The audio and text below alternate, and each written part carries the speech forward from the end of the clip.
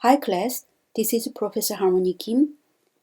Today you will study meditation addressed in other religion than Buddhism. So you will study meditative practice in Brahmanism and contemplative practice in Christianity. Let's look at the meditative practice in Brahmanism.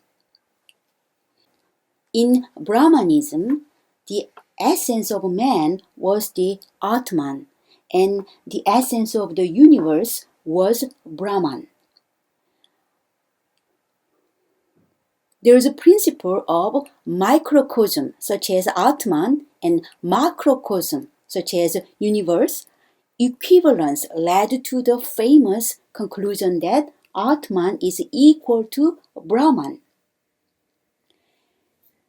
As the Chandogya Upanishad put it, thou art dead means man is in essence the same as the essence of the world. It does not look to you now, but it can be understood by the wise or by the enlightened. The essence sought in man was what kept him alive and sentient. Various candidates were proposed, but a favored candidate was breath. Breath was probably the original meaning of the word Atman, which has become the most widely known of the Sanskrit word of the soul. The Buddha built on this principle of macrocosm and microcosm equivalence. Although the Buddha stood Upanishad conclusion on its head.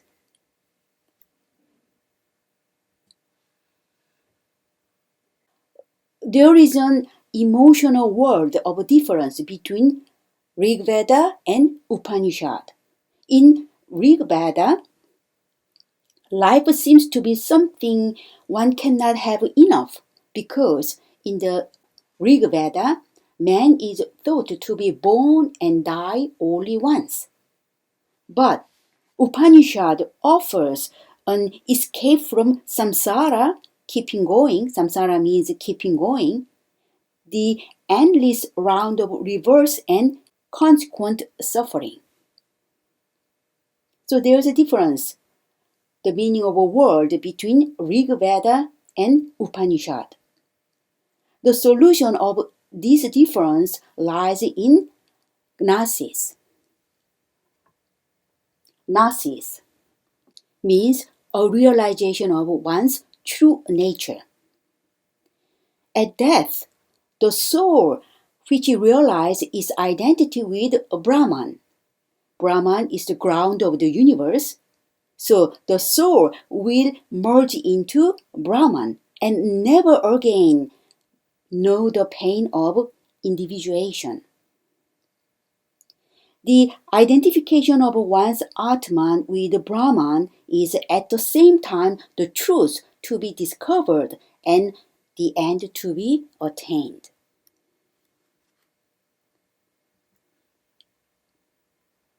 However, the Buddha denied the essence of individual Atman and correspondingly denied an essence of the world, Brahma. So there is no creator or there is no omnipotent God. Also, there is no underlying unity to phenomena. The most important step that the Buddha took was to turn the doctrine of karma on his head. Karma, action. Therefore, underlying karma include some ethical aspect. The Buddha ethicized it completely, and the Buddha made morality intrinsic, so deny all soteriological value to ritual and all ultimate value to social distinction, such as a caste system.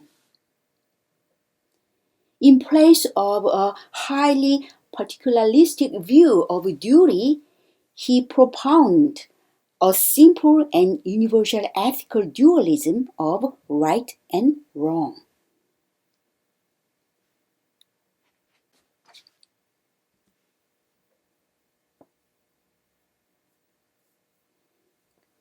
The practice associated with Gnostic soteriology is meditation. Meditation has not been said in Vedic literature about the technique of meditation. The Buddhist texts are probably the earliest version we have on that subject, meditation. But Upanishads do mention meditation.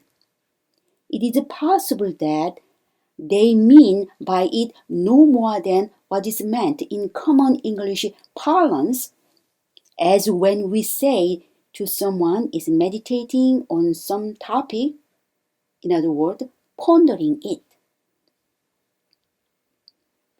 Later Sanskrit texts describe the means to gnosis as sitting quietly in a secluded place, withdrawing the sense from the object and stilling all discursive thought. Such concentration was to lead to an experience which was beyond what can be put into a mere word. Although it can be described in metaphysical language as a saving truth. Overall, the goal of meditation was to realize the truth of received teachings.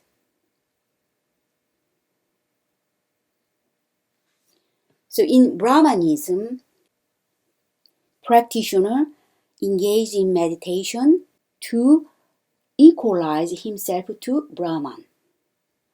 But the Buddha denied Atman or Brahman. But Buddha proposed practitioner need to attain truth, gnosis. To do that, practitioner need to engage in meditation.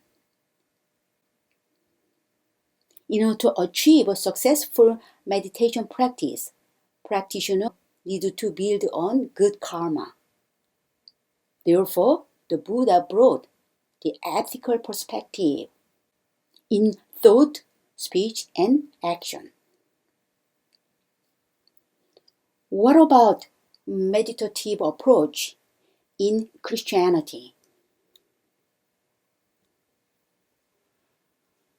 In Christianity, they call contemplative practice instead of using meditation.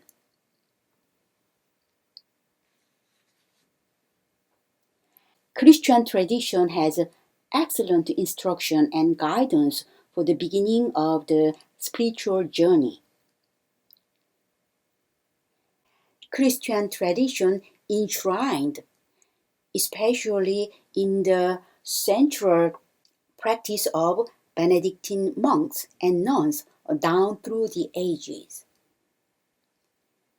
According to Christian tradition, contemplation is a pure gift of God. There are two kinds of practices. One is called centering prayer. The other one is eventually reach out contemplative prayer. Centering prayer is a movement of divine love designed to renew the Christian contemplative tradition. A centering prayer consists of consenting to the call of the Holy Spirit to consent to God's presence and action within. Centering prayer is based on the format for the profound form of prayer that Jesus suggests in Matthew, in Bible. If you want to pray, enter your inner room, close the door, and pray to your Father in secret, and your Father who sees in secret will reward you.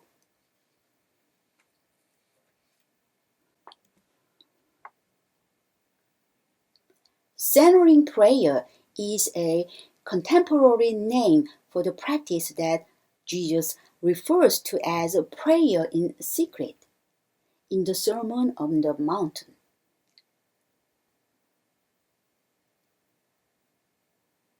Centering prayer has been given other names such as pure prayer, prayer of faith, prayer of the heart, and prayer of simplicity.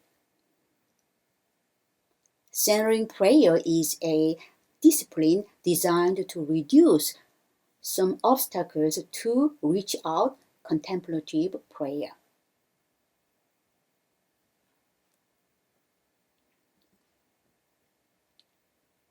Contemplative prayer is a process of interior transformation, a conversion initiated by God and leading to divine union.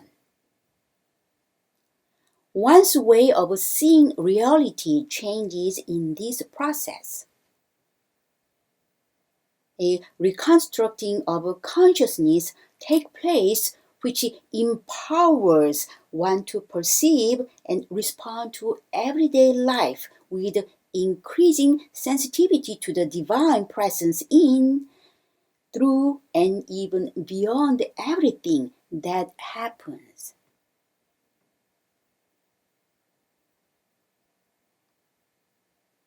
Then God asks us to live that new life in the circumstances of everyday life, contradicted by turmoil, opposition, and anxieties of all kinds.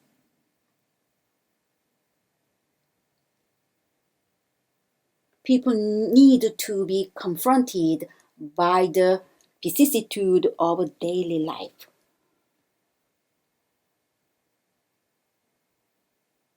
The alteration between contemplative prayer and external action gradually integrated the two and established practitioner in the contemplative dimension of the gospel, which is a new and transformed state of consciousness.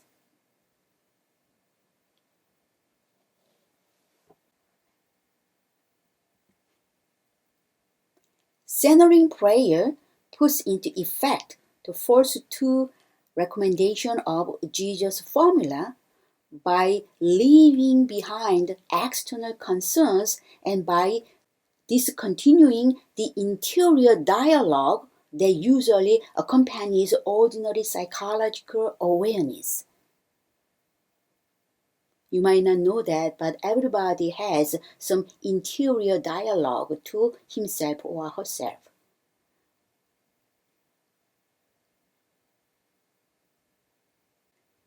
Jesus' recommendation, in other words, pray in secret, points to the practice that later became known in the Christian tradition as contemplative prayer.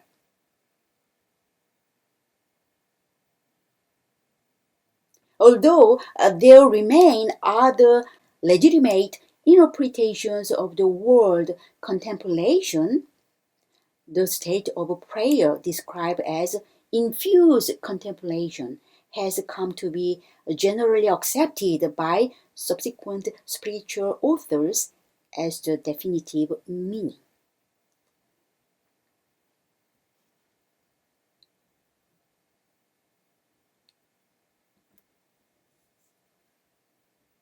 Let's look at a centering prayer first in detail. Then we will move to contemplative prayer later. Centering prayer has three stages or three moments, all of which were interrelated so that practitioner might move from one to the other stage at will, at intention, or under the inspiration of the Holy Spirit. First stage is the prayerful reading of the text of the Old and New Testament led to reflection on the text, especially on the mysteries of Christ. The second stage is reflecting on the text, led to responding with the act of faith, hope, and love, gratitude, and self-surrender. The third stage is responding led to resting in God beyond thinking or particular acts of the will as the process simplified.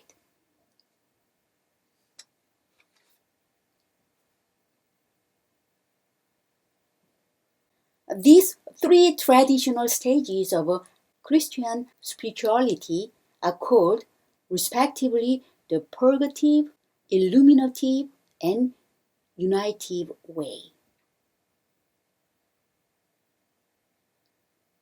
The path from one stage to the other stage is not so clear, and it does not always adequately address the physical, psychological, and spiritual obstacles that hinder the process, especially our unconscious motivation. So this part is a little bit different from Buddhist meditation.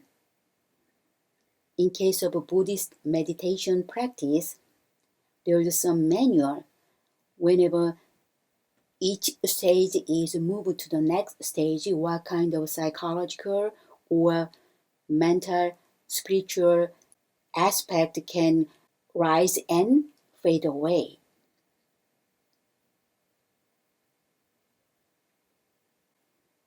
However, in Christian tradition, that kind of change, alteration occur in unconscious motivation.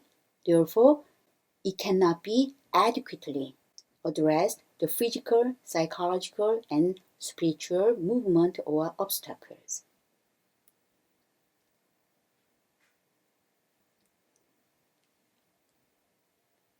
Let's notice the cascading movement into ever deeper state of silence.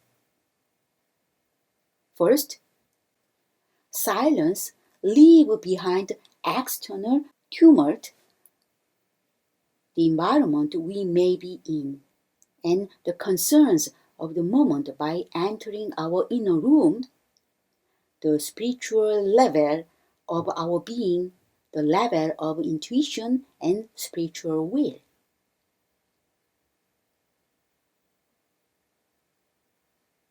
Silence closes the door, that is, shutting out and turning off the interior conversation we normally have with ourselves all day long as we judge, evaluate, and react to people and events entering and living our lives. As I said before, you might notice that, but most people have dialogue to himself or herself inside. Even though you are not externally speaking out, but inside your mind, you judge, evaluate, and sometimes talking to yourself inside.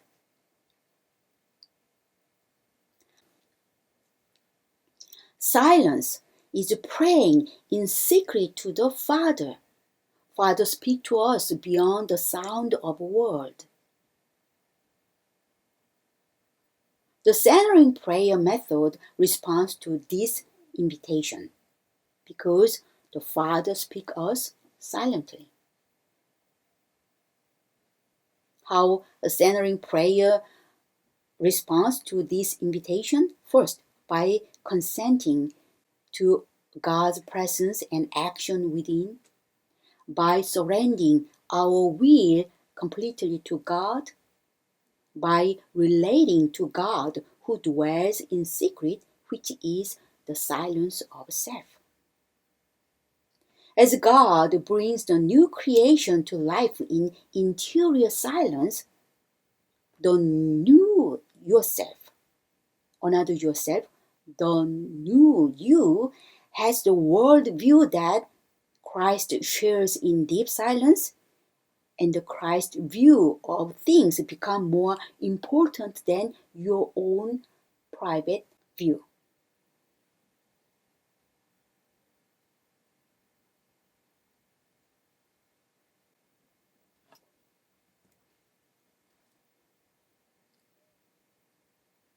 Let's look at first steps in centering prayer. Creativity and responsibility on the part of lay people to come up with structures that will enable them to live the contemplative dimension of the gospel everyday life in the world, in case of without expecting priests, religious, or anyone else to live the fullness of Christian life. In other words, maybe in your environment, it might be hard to find priest, religious, or anyone else to live the fullness of Christian life.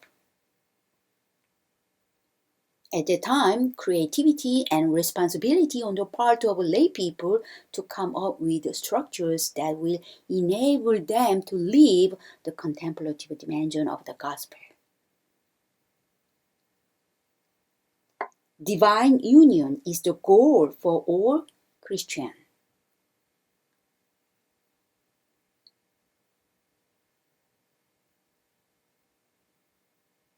Spiritual disciplines, both East and West, are based on the hypothesis that there is something that we can do to enter up the journey to divine union once we have been touched by the realization that such a state exists.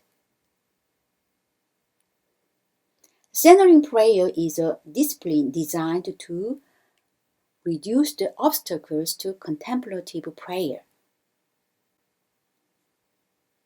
To enter up the journey to divine union, there might be some obstacles. To reduce obstacles, centering prayer is a method to reduce the obstacles so that practitioner can enter the stage of contemplative prayer.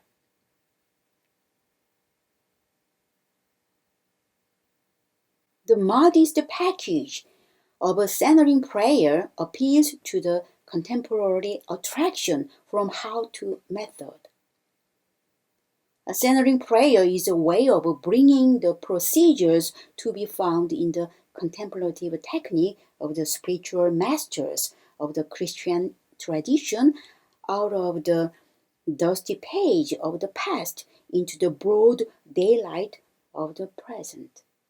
So how this method can bring from past into the present life to you.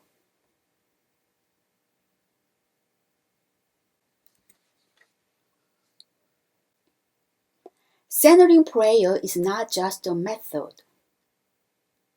Centering prayer is not only a method, but also it is true prayer at the same time.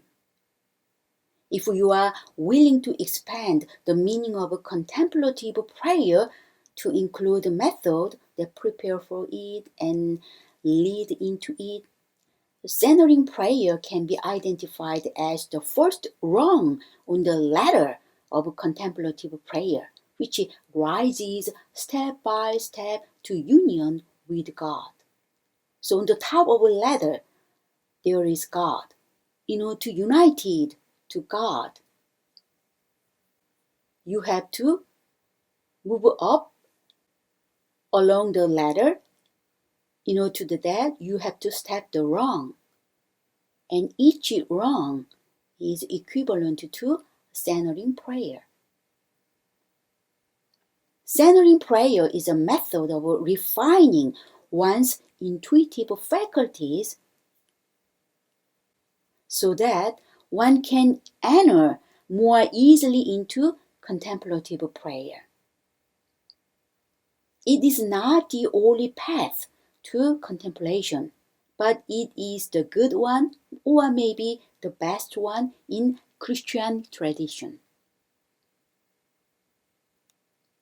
As a method, it is a kind of extract of monastic spirituality. Centering prayer concentrates the essence of monastic practice into 2 periods of prayer each day. It's like when you take antibiotics, you have to maintain the right dosage in order to benefit from the medication. You have to keep up the required number of antibodies in the bloodstream to overcome the disease.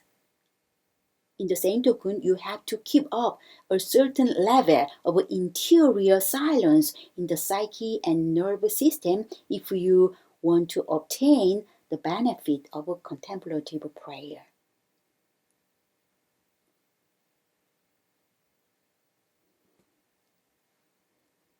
Dedication to God is developed by committing to one's spiritual practice for the love of God. Service to others is the outgoing movement of the heart prompted by compassion. So you can find compassion in both Buddhism and Christianity. It neutralizes the deep-rooted tendency to become preoccupied with our own spiritual journey and how we are doing. The habit of service to others is developed by trying to please God in what we do and by exercising compassion, beginning with those with whom we live. To accept everyone unconditionally is to fulfill the commandment to love your neighbor as yourself. Even in the face of persecution, it is to fulfill the commandment to love one another. In the Bible, as I have loved you, and to lay down one's life for one's friend.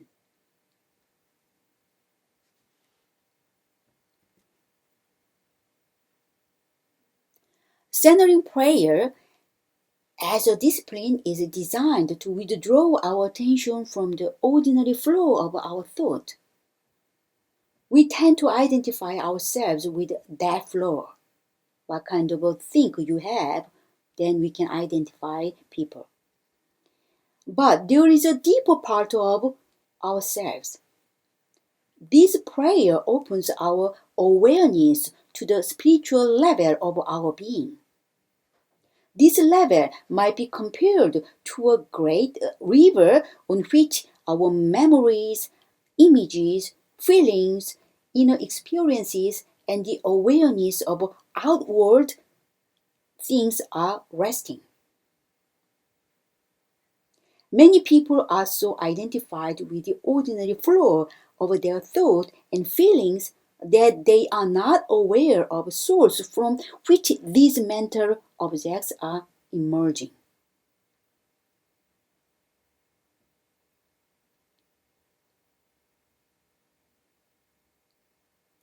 It is like a boat or debris floating along the surface of a river.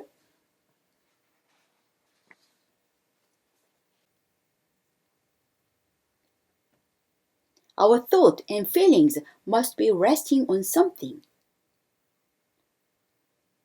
Our thoughts are resting on the inner stream of consciousness, which is our participation in God's being. That level is not immediately evident to ordinary consciousness, because we are not in immediate contact with that level. Prayer have to do something to develop our awareness of it. It is the level of our being that makes us most human. The values that we find, these are more delightful than the values that float along the surface of the psyche. We need to refresh ourselves at this deep level every day. Just as we need exercise, food, rest, and sleep, so also we need moment of interior silence, because this silence brings the deepest kind of refreshment.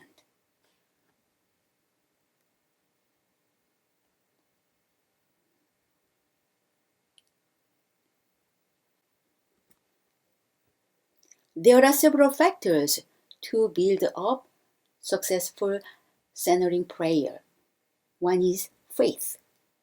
Faith is opening and surrendering to God. The spiritual journey does not require going anywhere because God is always with us and in us. We are like someone sitting on the bank of a river and watching the boats go by.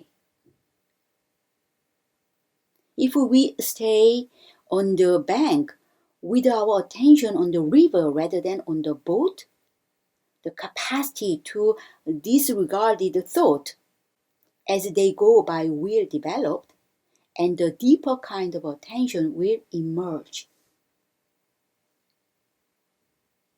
A thought in the context of this method is any perception that appears on the inner screen of consciousness. In other words, anything whatsoever that registers on the inner screen of consciousness is a thought.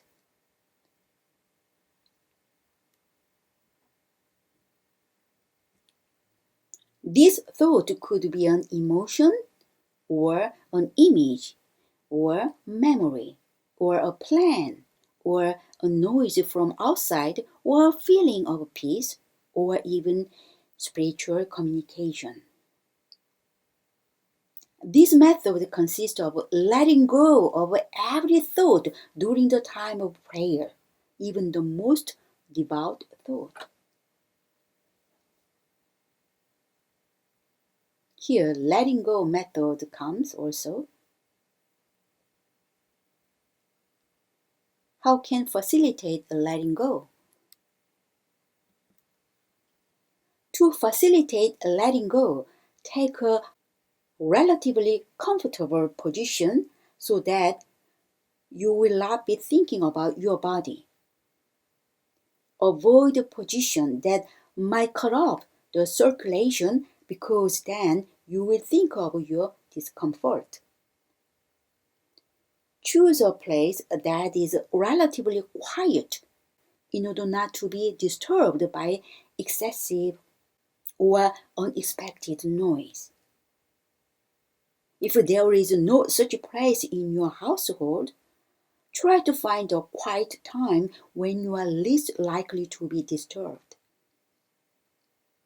It is a good idea to close your eyes because you tend to think of what you see. By withdrawing the sense from their ordinary activity, you may reach deep rest. And sudden sound or interruption, like the phone ringing, will shake you up.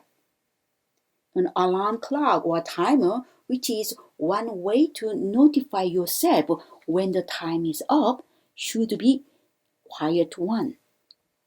If the clock is noisy, stuff it under a pillow.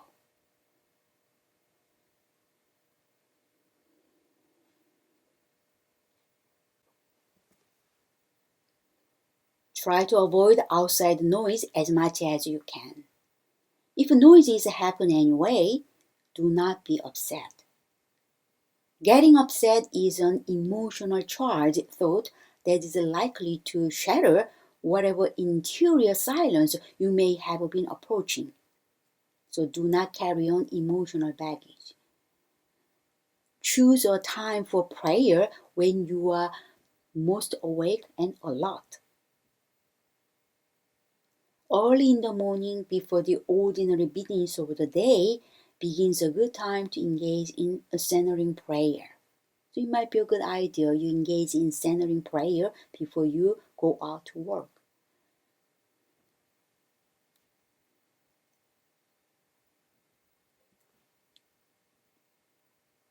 Once you pick up a suitable time and place and a chair or a posture that is relatively comfortable and close your eyes, then choose a sacred word that expresses your intention of opening, consenting, and surrendering to God.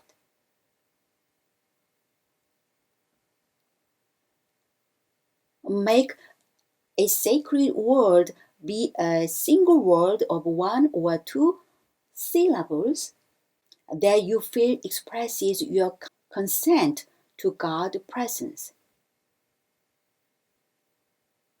Gently place the sacred word in your awareness when you begin and each time you recognize you are thinking about some other thought. Why sacred word require?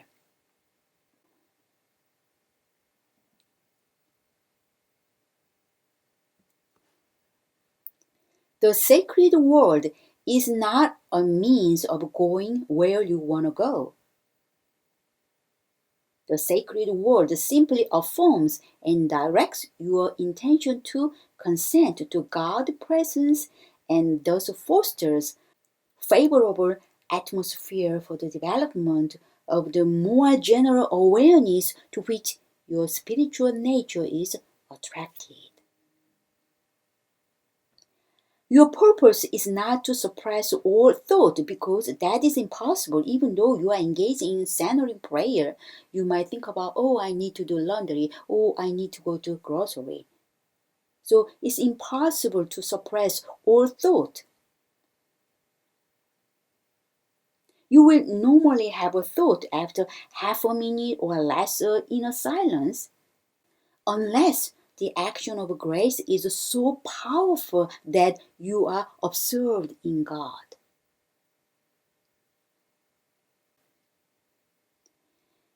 Centering prayer is not a way of turning on the presence of God. Rather, it is a way of saying, here I am. The next step is up to God. It is a way of putting yourself completely at God's disposal. It is to submit to God's intentionality, which is to give Himself completely to you.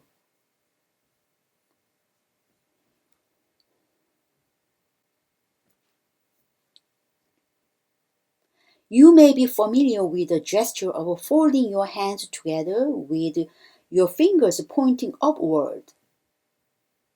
This is a symbol of gathering all your faculties together and directing toward God. The sacred word has a similar purpose. It is a gesture, but a mental gesture rather than a material one. The sacred word should be introduced without any force. Think the sacred word the same way you would any thought that arises spontaneously, that is, without any effort.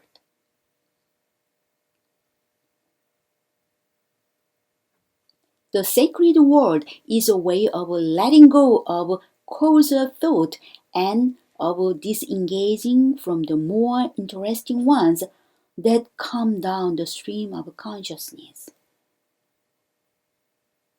Sacred word does this not by attacking thought directly, but by reaffirming your intention to consent to God's presence and action within.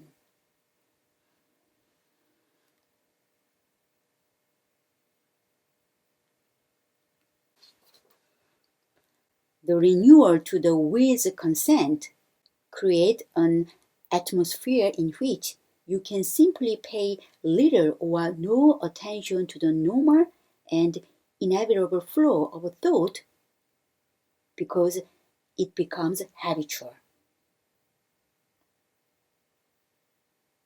If you are nervous about doing what may seem like nothing for a period of time, recall that nobody hesitates to go to sleep for 6 or 7 hours every night.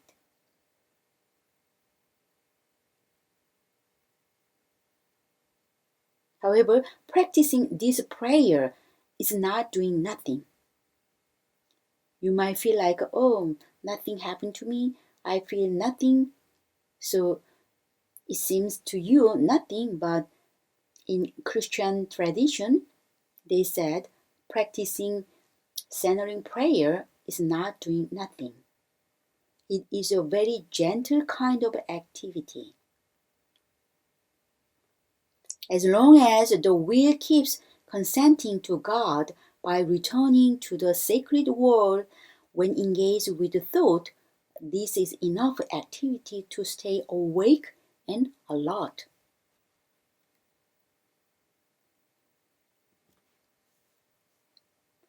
20 to 30 minutes is the minimum amount of time necessary for most people to establish interior silence and to get beyond their superficial thought. Check yourself whether you could do well not speak any word for 20 or 30 minutes.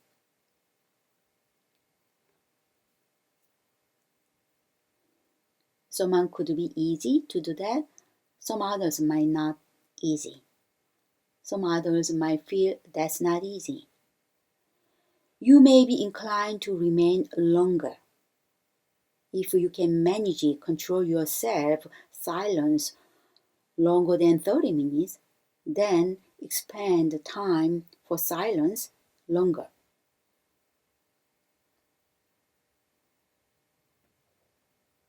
At the end of your chosen time span, begin to think your ordinary thought again. This may be a good time to converse with God. You may also wish to say some vocal prayer quietly to yourself or to begin planning your day.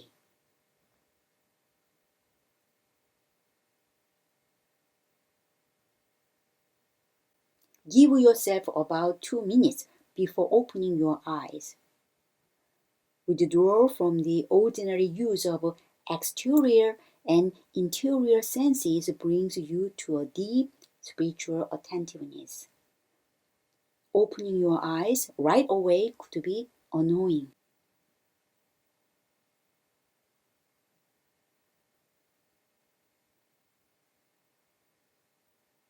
So Christian tradition also provides detailed steps to engage in centering prayer. As your sensitivity to the spiritual dimension of your being developed through the daily practice of this prayer, you may begin to find the awareness of God's presence arising at times in ordinary activity. You may feel called to return interiorly to God without knowing why. The quality of your spiritual sensitivity is developing and enabling you to pick up vibration from a world you did not previously perceive. Now you're merging into different dimensions of a world. Without deliberately thinking of God, you may find that God is often present in the midst of your daily occupations. This experience is like a color added to a black and white television screen. The picture remains the same, but it is greatly enhanced by the new dimension of the picture that was not previously perceived. The color was present, but not transmit because the proper receptive apparatus was missing.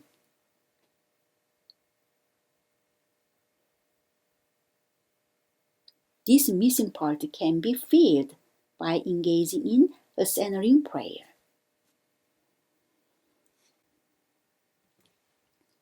Centering prayer is a way of turning into a level of reality that is always present and in which we are invited to participate. Some durable discipline is required to reduce the obstacles to this expanded awareness. Breathing exercise, yoga, tai chi, or even jogging Such methods are fine for relaxation, but what we're more concerned with is the faith relationship to the God. This relationship is expressed by taking the time to open oneself to God every day, by taking God seriously enough to meet the God, Holy Spirit every day. An interview that one would not think of breaking except for the most serious reasons. Since this kind of prayer does not require any effort of thinking, you can keep your engagement even when you are sick.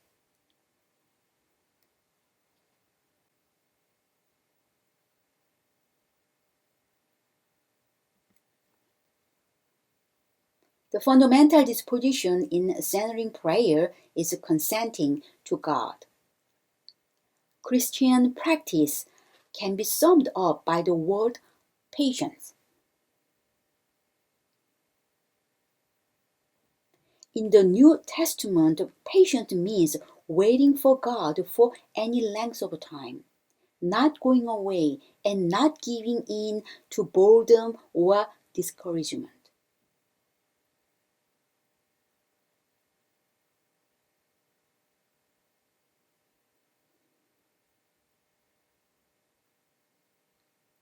When you think that centering prayer does not give you any difference, then you think that engaging in centering prayer is doing nothing.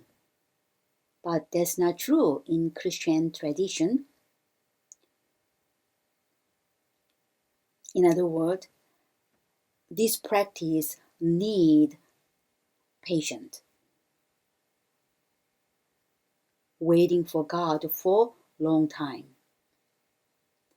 It is the disposition of the servant in the gospel who wait even though the master of the house delay his return until after midnight.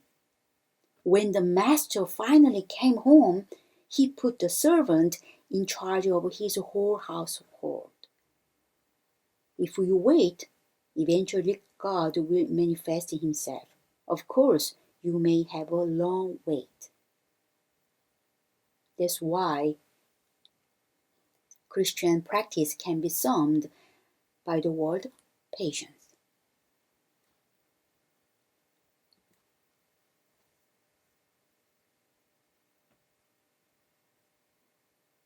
From your successful centering prayer,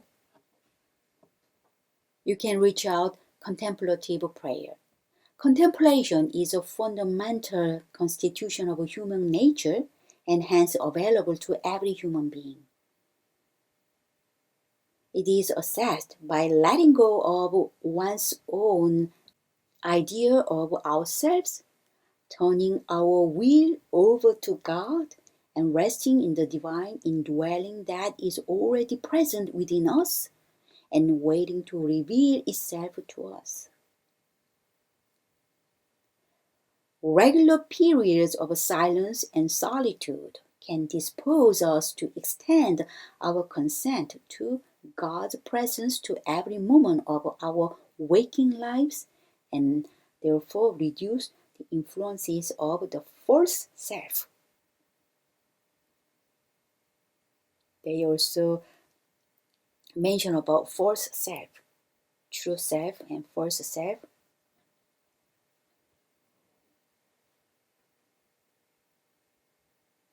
The contemplative dimension of the gospel manifests itself in an even deeper union with the living Christ and the practical caring for others that flows from this relationship.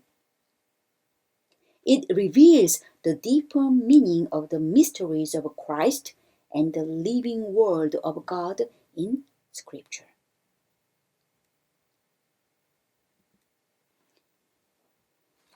So today you have studied the contemplative practice or meditation in other religion rather than Buddhism. So you can solve quiz. Meditative practice can be found only in Buddhism. true or false. And the centering prayer can be identified as the first rung on the ladder of what? And this rises step by step to union with God. And you can find the answer from the previous slide. Which of the following is related to the movement from centering prayer to contemplative prayer? There are several factors required. So you can find this answer also from the previous slide. So answer these quiz question and send the email to me. That will be counted for your attendance. And the next week you will have a midterm, and midterm you will have 20 kinds of questions, and all multiple choice questions. In midterm I give all multiple choice questions, and you can find the answers from slide, from lecture video. If you listen to lecture video, or if you screen the lecture slide, then you can find the answers. So the next week you will have a midterm, and I will send you answer sheet. So you write down your name on the answer sheet, and also question 1, what could be the answer? So 20 kinds of questions, you will write down the answer and then send it to me by email. Then I will grade them. So you will receive 2 kinds of attachment file. One is question file. The second attachment file is answer sheet. You can send me only answer sheet.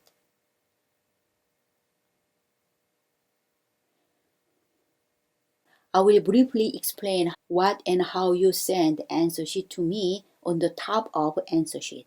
So read a short sentence and follow instruction, and then you write down the answer and then send that answer sheet to me as an attachment file. If you have any question, please send me email. Okay, so this is the end of today's lecture.